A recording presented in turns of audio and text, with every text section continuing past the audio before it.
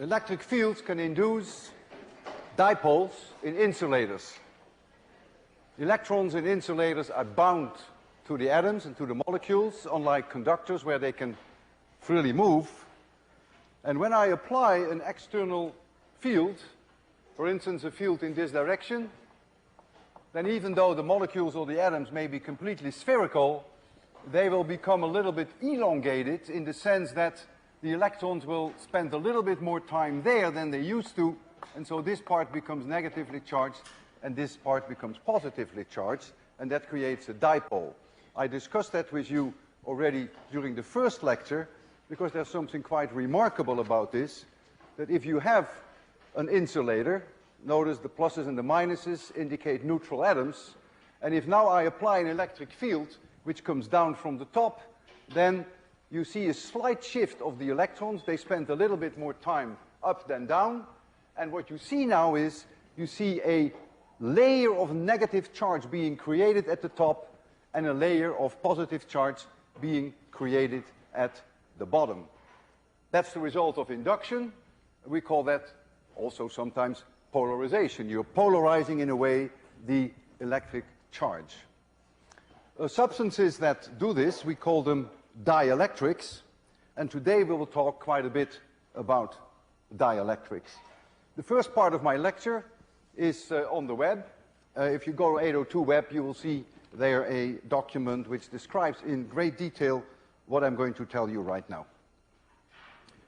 Suppose we have a plane capacitor, two planes which I charge with certain potential, and I have on here, say, a charge plus sigma, and here I have a charge minus sigma.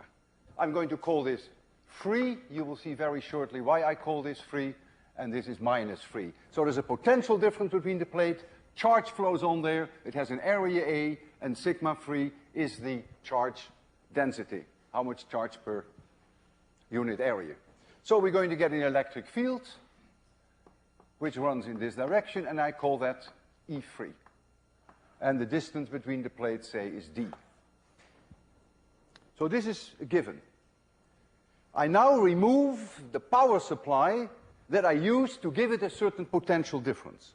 I completely take it away.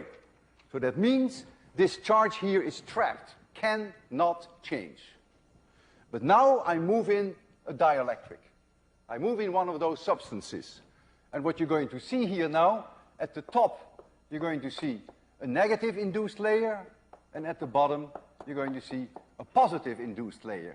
I called it plus sigma induced, and I call this minus sigma induced. And the only reason why I call the other free is to distinguish them from the induced charge. This induced charge, which I have in green, will produce an electric field which is in the opposite direction, and I call that E induced. And clearly E free is, of course, the surface charge density divided by epsilon 0, and E induced is the induced surface charge density divided by epsilon 0. And so the net E field is the vectorial sum of the two. So E net, I give it a vector, is E free plus E induced, vectorially added. Since I'm interested, I know the direction already, since I'm interested in magnitudes, therefore the strength of the net E field is going to be the strength of the E field created by the so-called free charge minus the strength of the E field created by the induced charge. Minus because this E vector is down and this one is in the up direction. And so if I now make the assumption that a certain fraction of the free charge is induced, so I make the assumption that sigma induced is some fraction B times sigma free. I just write now an I for induced and an F for free. B is smaller than 1, If B were 0.1, it means that sigma induced would be 10% of sigma free. That's the meaning of B. So clearly, if this is the case, then also E of I must also be B times E of F. You can tell immediately they're connected. And so now I can write down, for E net, I can also write down E free times 1 minus B. And that 1 minus B now, we call 1 over kappa. I call it 1 over kappa. Our book calls it 1 over K. But I'm so used to kappa that I decided to still hold on to kappa. And that K, or that kappa, whichever you want to call it, is called the dielectric constant. It's a dimensionless number. And so I can write down now, in general, that E, and I drop the word net now. From now on, whenever I write E, throughout this lecture, it's always the net electric field. It takes both into account. So you can write down now that E equals the free electric field divided by kappa, because 1 minus B is 1 over kappa. And so you see in this experiment that I did in my head, first bringing charge on the plates, certain potential difference, removing the power supply, shoving in the dielectric, that the E field will go down by a factor kappa. Kappa for glass is about 5. That would be a major reduction. I will show you that later. If the electric field goes down in this particular experiment, it is clear that the potential difference between the plates will also go down, because the potential difference between the plates V is always the electric field between the plates times D. And so if this one goes down by a factor of kappa, if I just shove in the dielectric, not changing D, then of course the potential between the plates is also going down. None of this is so intuitive, but I will demonstrate that later. The question now arises, does Gauss' law still hold? And the answer is yes, of course. Gauss' law will still hold. Gauss' law tells me that the closed loop, closed surface I should say, not closed loop, the closed surface integral of E dot dA is 1 over epsilon times the sum of all the charges inside my box. All the charges, the net charges, that must take into account both the induced charge as well as the free charge. And so let me write down here net to remind you that. But Q net is of course Q free plus Q induced. And I want to remind you that this is minus and this was plus.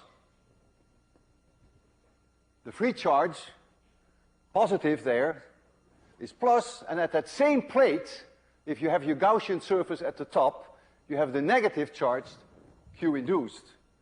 And so therefore, Gauss' law simply means that you have to take both into account.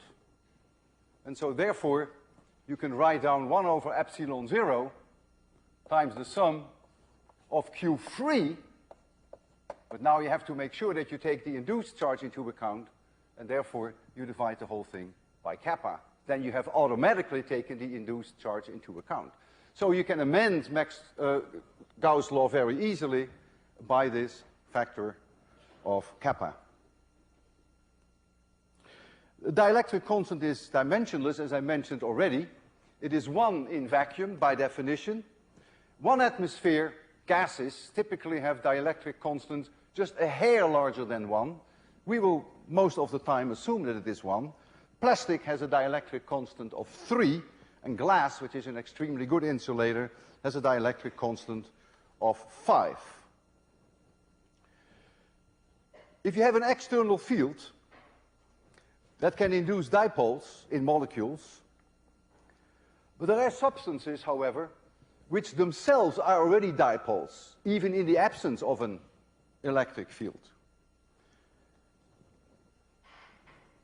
If you apply now an external field, these dipoles will start to align along the electric field. We did an experiment once with some grass seeds, perhaps you remember that. And as they align in the direction of the electric field, they will strengthen the electric field. On the other hand, because of the temperature of the substance, these dipoles, these molecules which are now dipoles by themselves, through chaotic motion, will try to disalign. Temperature is trying to disalign them. So it is going to be a competition on the one hand between the electric field which tries to align them and the temperature which tries to disalign them. But if the electric field is strong, you can get a substantial amount of alignment. And permanent dipoles, as a rule, are way stronger than any dipole that you can induce by ordinary means in a laboratory. And so the substances which are natural dipoles, they have a much higher value for kappa, a much higher dielectric constant than the substances that I just discussed, which themselves do not have dipoles. Water is an example, extremely good example. The electrons spend a little bit more time near the oxygen than near the hydrogen, and water has a dielectric constant of 80. That's enormous. And if you go down to lower temperature, if you take ice of minus 40 degrees, it is even higher. Then the dielectric constant is 100. I'm now going to massage you through 4 demonstrations, 4 experiments. One of them you have already seen. And try to follow them as closely as you can, because if you miss one small step, then you miss perhaps a lot. I have 2 parallel plates which are on this table, as you have seen last time. And I have here a current meter. I put it an A in there, that means amp meter. And the plates have a certain separation D. I'm going to charge this capacitor up by connecting these ends to a power supply. And I'm going to connect them to 1500 volts. I'm already going to set my lights because that's where you're going to see it very shortly. I'm going to start off with a distance D, so this is going to be my experiment 1, with a distance D of 1 millimeter.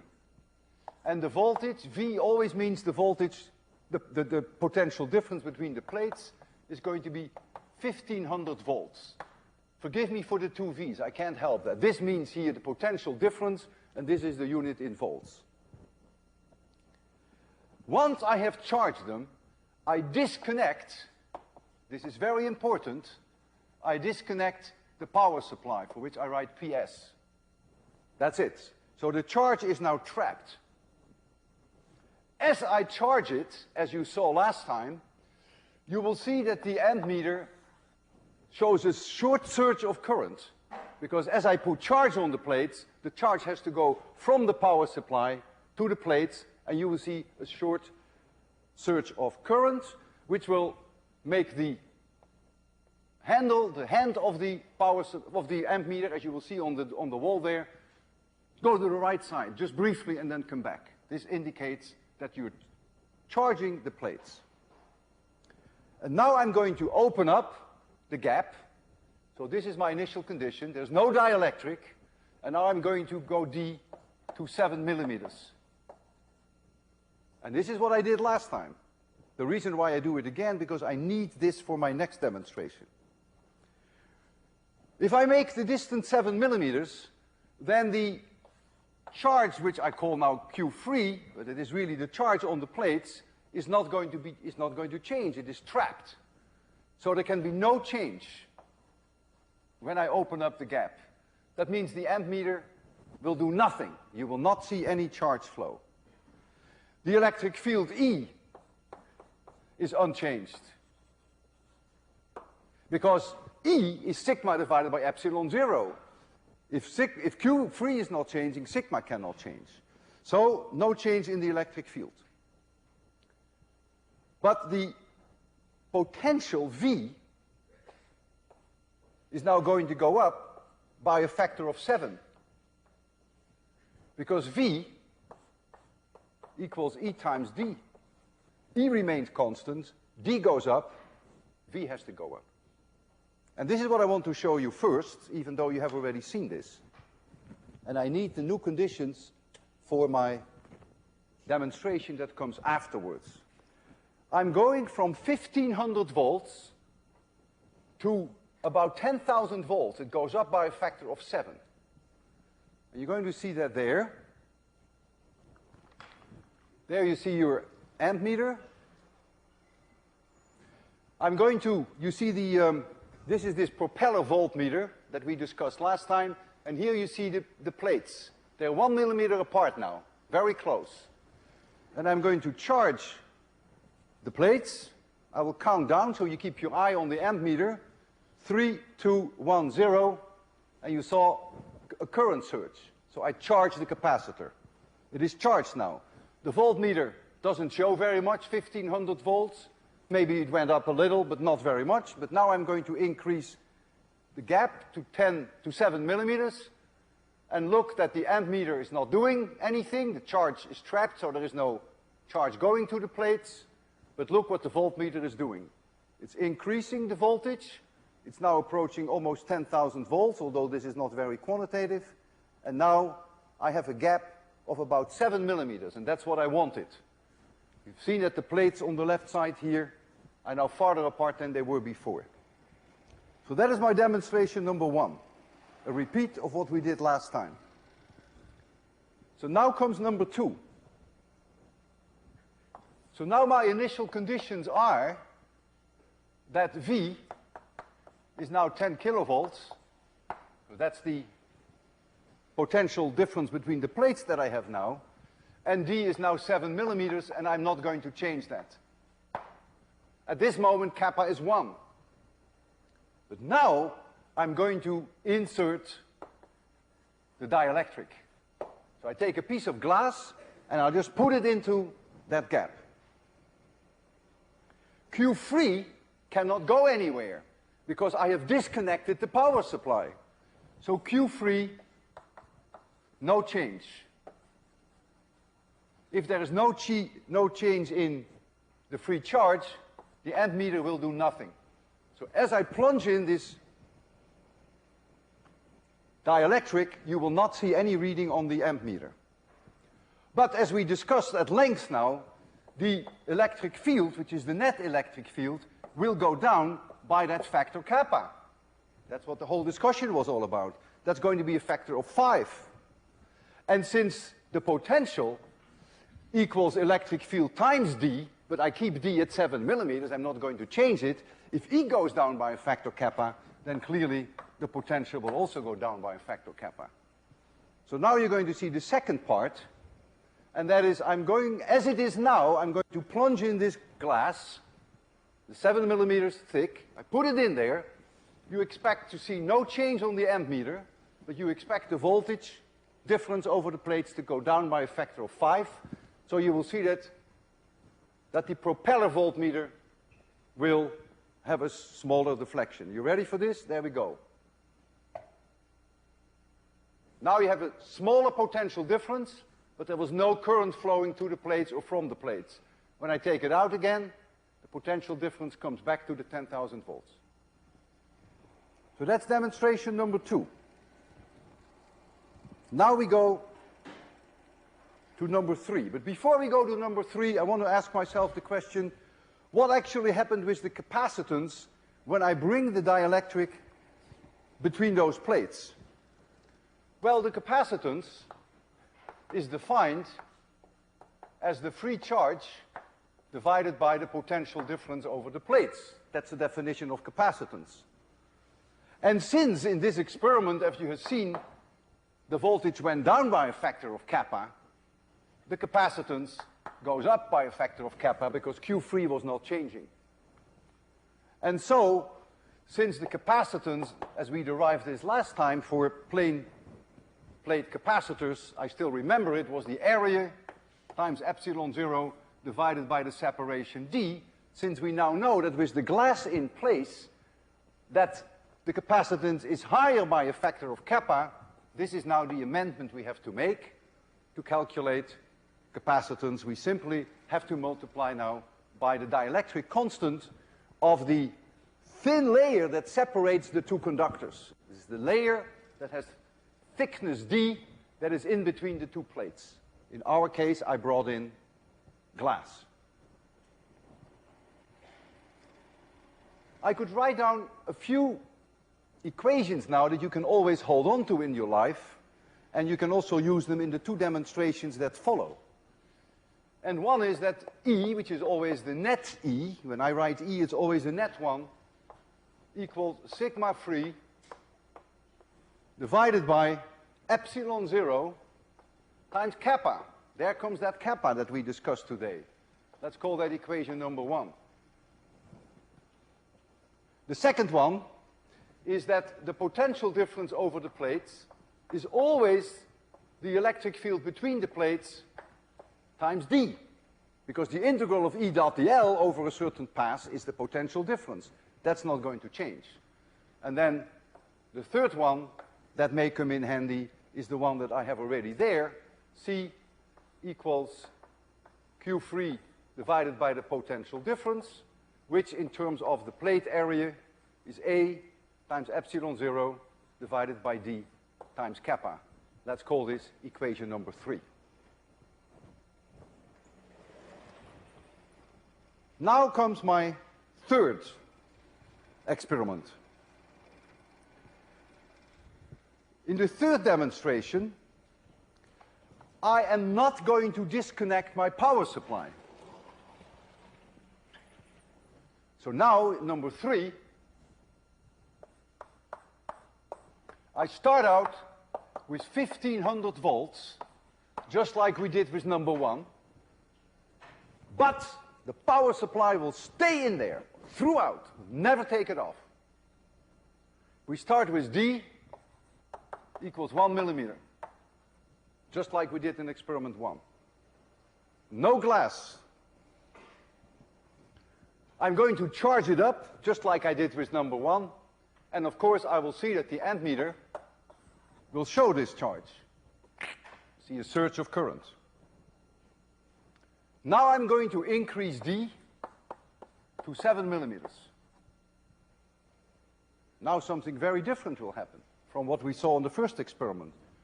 The reason is that the potential difference is going to be fixed, because the power supply is not disconnected. The power supply stays in place. Look now at equation number 2.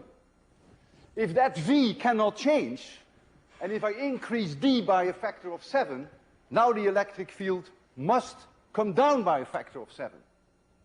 And so now the electric field will come down by that factor of 7, because I go from 1 millimeter to 7 millimeters. So now the electric field changes, because D goes up.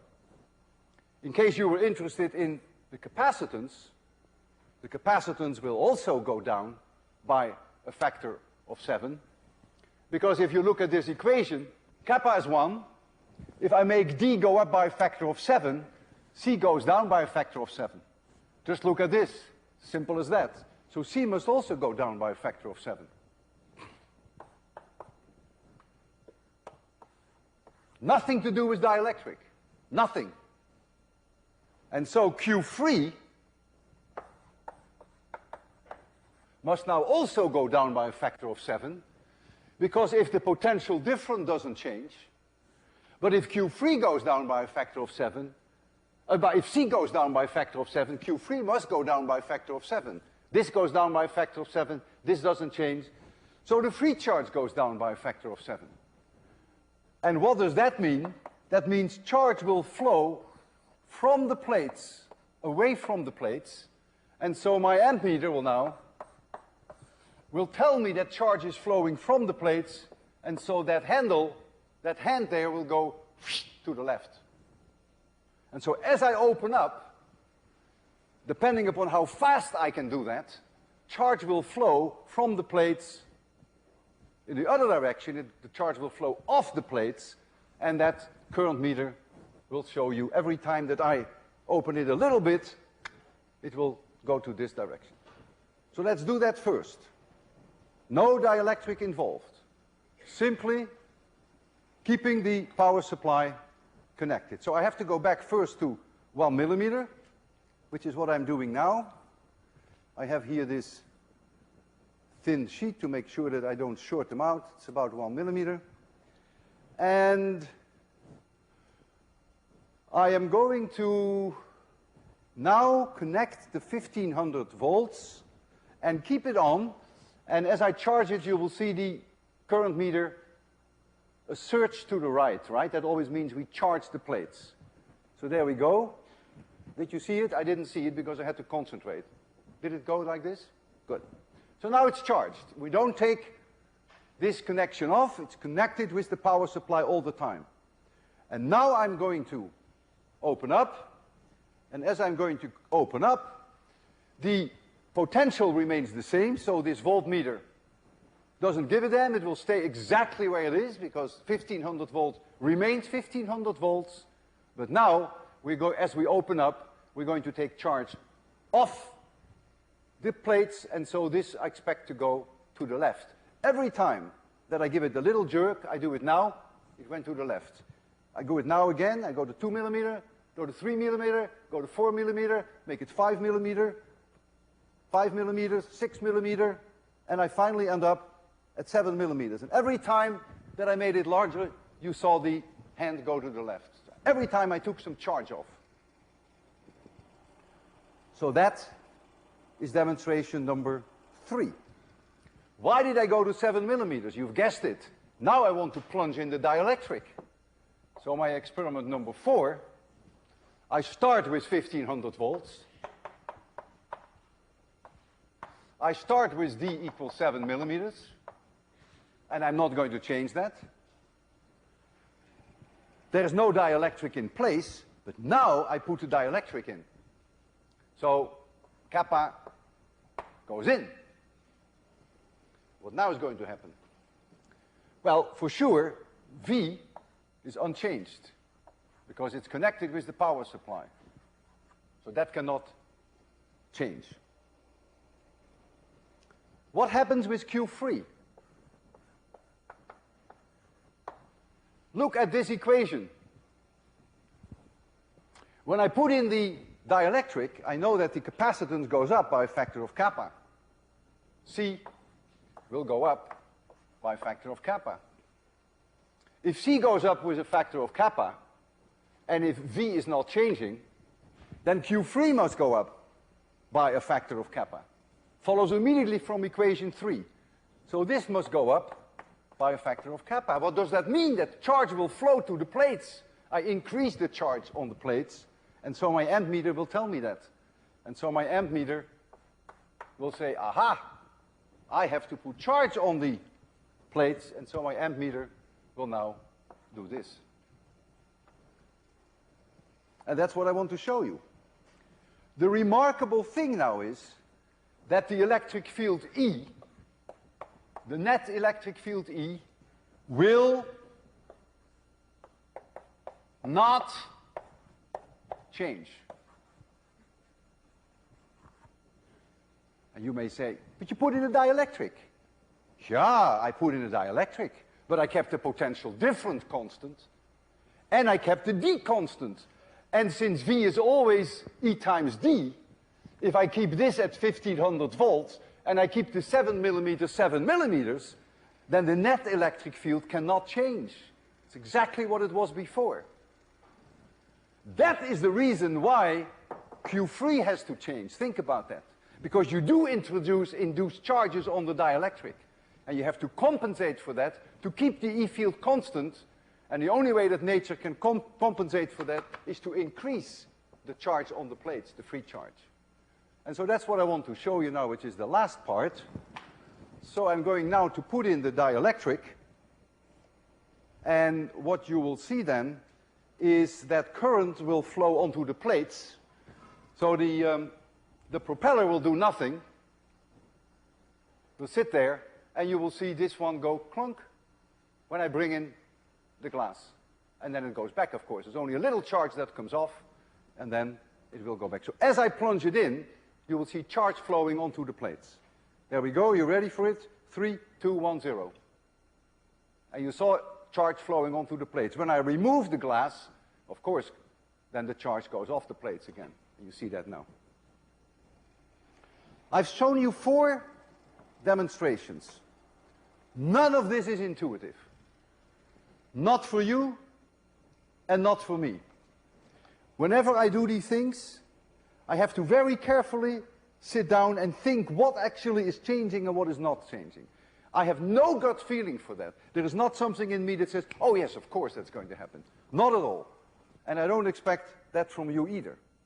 The only advice I have for you, when you're dealing with these cases whereby dielectric goes in, dielectric goes out, plates separate, plates not separate, power supply connected, power supply not connected, approach it in a very cold-blooded way, the real classic MIT way, very cold-blooded. Think about what is not changing, and then pick it up from there and see what the consequences would be. How can I build a very large capacitor, one that has a very large capacitance?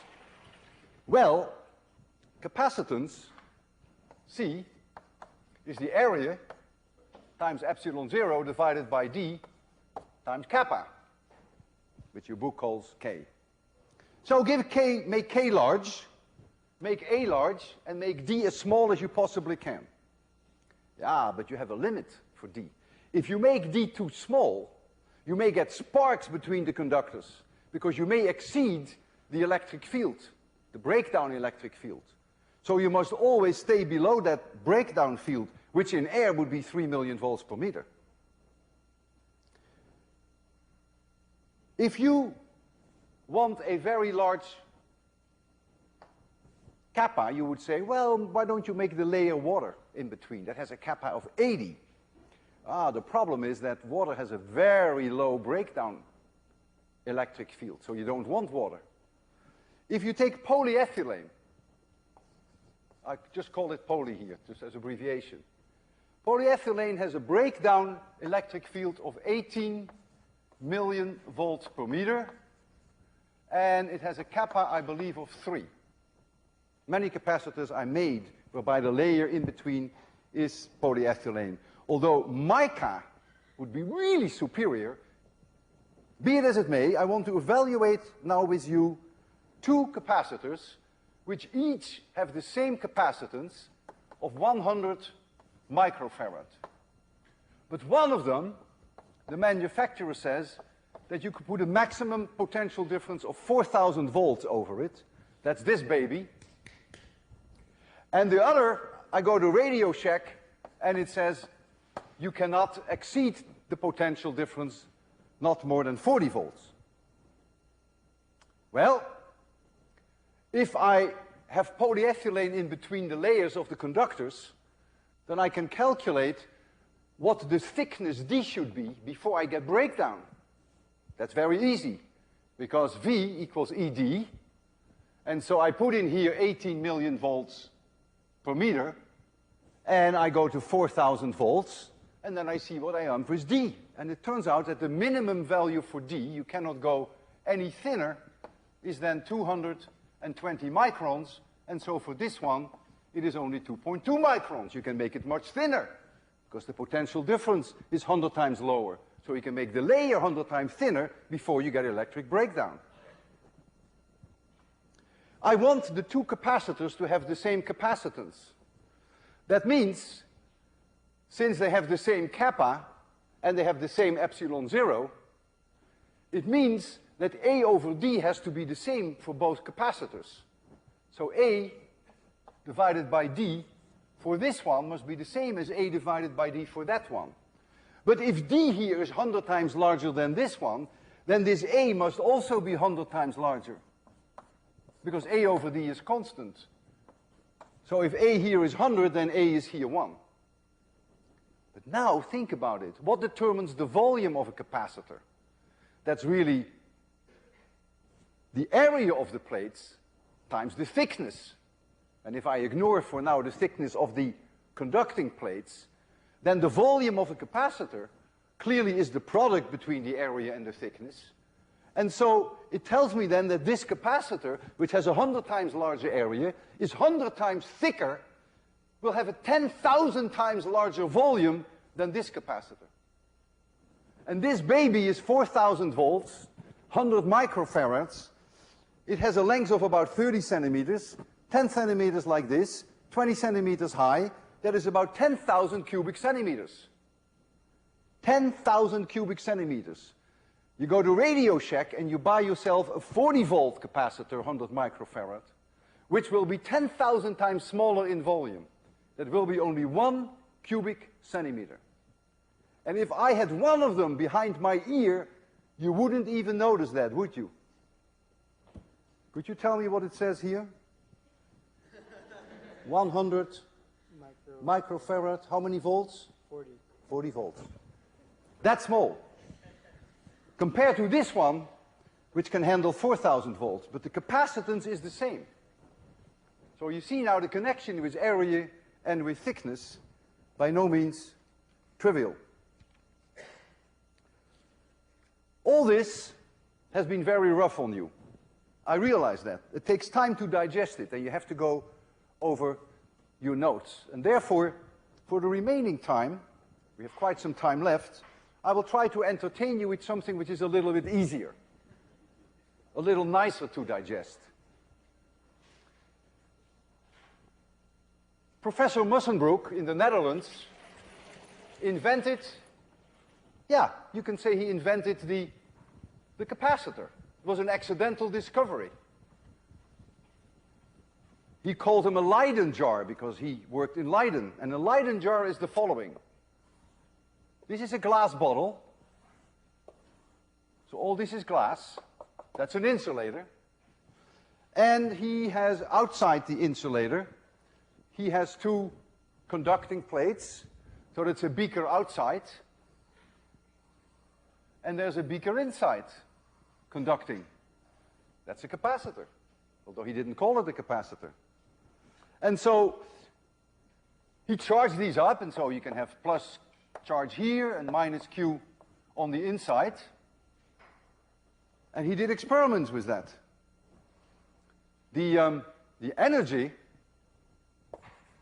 stored in a capacitor, we discussed that last time, equals 1/2 times the free charge times the potential difference. If you prefer 1/2 CV squared, that's the same thing. I have no problem with that, because this C is Q free divided by V, so it's the same thing.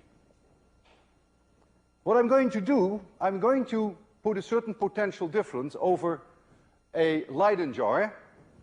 I will show you the Leyden jar that we have. You see there.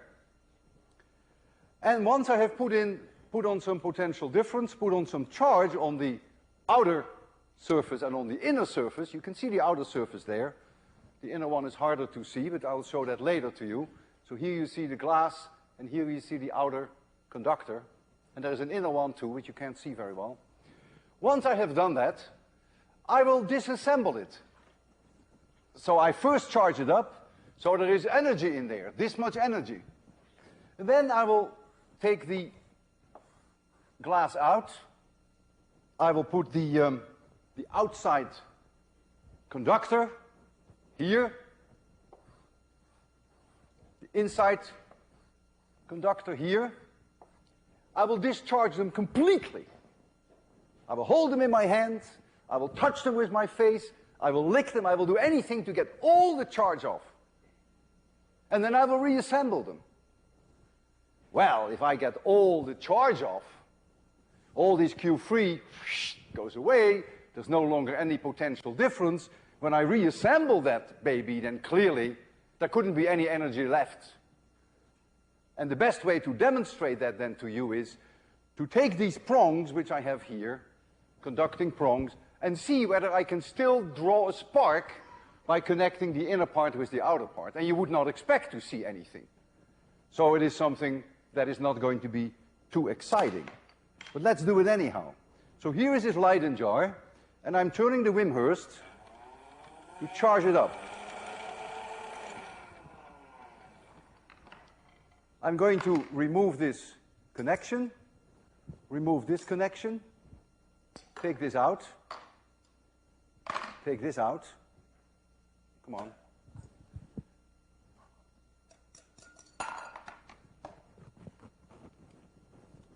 Believe me, no charge on it anymore. This one, it's all gone. Believe me.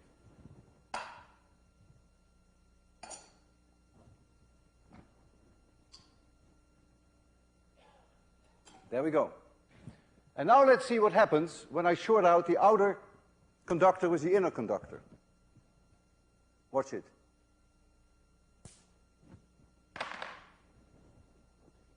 That is amazing. There shouldn't be any energy on that capacitor. Nothing. And I saw a huge spark, not even a small one. When I saw this first, and I'm not joking, I was totally baffled. And I was thinking about it, and I couldn't sleep all night. I couldn't think of any reasonable explanation. And so my charter for you is to also have a few sleepless nights and to try to come up why this is happening. How is it possible that I first bring charge on these two plates, disassemble them, totally take all the charge off, and nevertheless, when I assemble them again, there's a huge potential difference between the two plates. Otherwise, you wouldn't have seen the spark. So give that some thought, and later in the course, I will make an attempt to explain this. At least that's the explanation that I came up with. It may not be the best one, but that's the only one I could come up with. In the remaining 8 minutes, I want to tell you the last secret, which I owe you, of the Van de Graaff. And that has to do with the potential that we can achieve. Remember the large Van de Graaff? We could get it up to about 300,000 volts. How do we charge a conducting sphere? Well, let's start off with this hollow sphere, which is what the Van de Graaff is. And suppose I have here a voltage supply with a few kilovolts. I can buy that. And I have a sphere, and I touch with this sphere, which is an insulating rod. I touch the output of the few kilovolt supply. And I bring this, so there's positive charge on here, say, and I bring it close to the Van de Graaff. There will be an electric field between this charged object and the Van de Graaff. And the closer I get, the stronger that electric field will be. And when I touch the outer shell, then the charge will flow on the Van de Graaff. I go back to my power supply, I touch again a few thousand volts, and I keep spooning charge on the Van de Graaff. Will I be able to get the Van de Graaff up to 300,000 volts? No way, because there comes a time that the potential of this object, which comes from my power supply, is the same electric potential as the Van de Graaff. And then you can no longer exchange charge.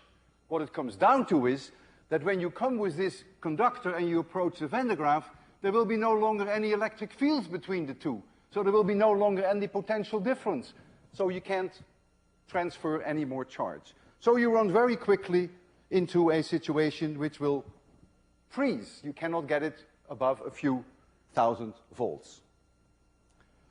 So now what you do, and here comes the breakthrough by Professor Van de Graaff from MIT, who now said, I don't have to bring the charge on this way, but I can bring the charge in this way.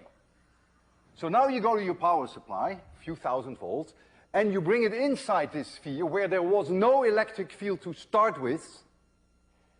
When you charge the outside, there's going to be an electric field from this object, and there's going to be an electric field from this object. The net result will be zero in between. There was no electric field inside. If I now bring the charged sphere there, I'm going to get E-field lines like this, problem 2-1. And so now there is a potential difference between this object and the sphere. What I have done, by moving it from here to the inside, I have done positive work without having realized it, and therefore I have brought this potential higher than the sphere. Now I touch the inside of the Van de Graaff, and now the charge will run on the outer shell. And I can keep doing that. Inside, touch. Inside, touch. inside, touch. And every time I come in here, there is no electric field in there. So I can do that until I'm green in the face. Well, there comes a time that I can no longer increase the potential of the Van de Graaff, and that is when the Van de Graaff goes into electric breakdown. When I reach my 300,000 volts, it's all over. I can try to bring the potential up, but it's going to lose charge to the air. And so that is ultimately the limit of the potential of the Van de Graaff. So how does the Van de Graaff work? We have a belt, which is run by a motor. Here is the Van de Graaff. And right here, through corona discharge, we put charge on the belt. They're very sharp points, and we get a corona discharge at a relatively low potential difference, goes on the belt goes here, and right here, there are two sharp points which through corona discharge take the charge off. On the inside, that's the key. And then it goes to the dome, and then it charges up to the point that you begin to hear the sparks and that you have breakdown. And I can demonstrate that to you. I built my own Van de Graaff, and the Van de Graaff that I built to you is this paint can. I'm going to charge that paint can by touching it repeatedly with a conductor, and the conductor has it's going to be, I'm going to touch the conductor with a few thousand volt power supply every time. This is the power supply. Turning it on now. And you're going to see the potential of the Van de Graaff there. That is a very crude measure for the potential on the Van de Graaff, but very crudely, when it reads a 1, I have about 10,000 volts. This is the probe that I'm using for that. A 2 reads 20,000 volts. My power supply is only a few thousand volts. So that's not very good. Well, I will first start charging it on the outside to demonstrate to you that I very quickly run into the wall that I just described. That if they have the same potential, then I can no longer transfer charge. But then I'm going to change my tactics, and then I go inside. And then you will see that it will go up further. So let's first see what happens if I now bring charge on the outside. There it goes. It's about 1,000 volts, about 2,000 volts. 2,000 volts, keep an eye on it. 2,000 volts, it's heading for 3,000 volts. 3,000 volts, 3,000 volts, 3,000 volts, 3,000 volts. Not getting anywhere. I'm beginning to reach the saturation, maybe 3,500 volts. 3.5, it's slowly going to 4. Let's see whether we can get it much higher than 4. I don't think we can. So this is the end of the story before Professor Van de Graaff. But then came Professor Van de Graaff, and he said, look, man, you got to go inside. Now watch it.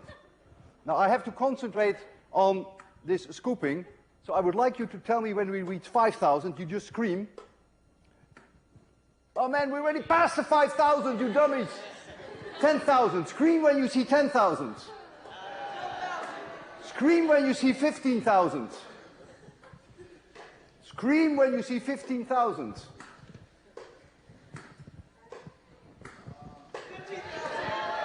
Very good. Keep an eye on it. Tell me when you see 20,000.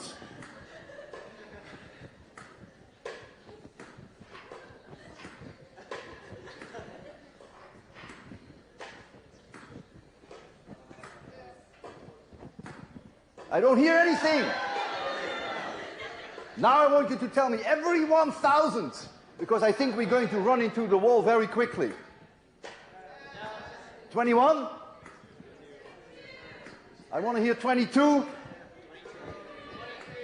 you're already at 23. So I expect that very quickly now, the can will go into discharge. You won't see that, but you get corona discharge. And then no matter how hard I work, I will not be able to bring the potential up. But let's keep going. Are we already at 2,500? 25,000, sorry, 25,000? 25,000 volts. 25.6, 27, 27, 28, 28. Looks like we are beginning to getting to the corona discharge. 28, boy, 28. That's a record. 28, keep an eye on it. 29. 29. You realize I'm doing all this work. Well, I get paid for it. I think I've reached the limit. I've reached my own limit, and I've reached the limit of the charging. Now we have 30,000 volts, and we started off with only a few thousand volts. Originally, it wasn't a very dangerous object, but now 30,000 volts. Shall I? Okay, see you next week.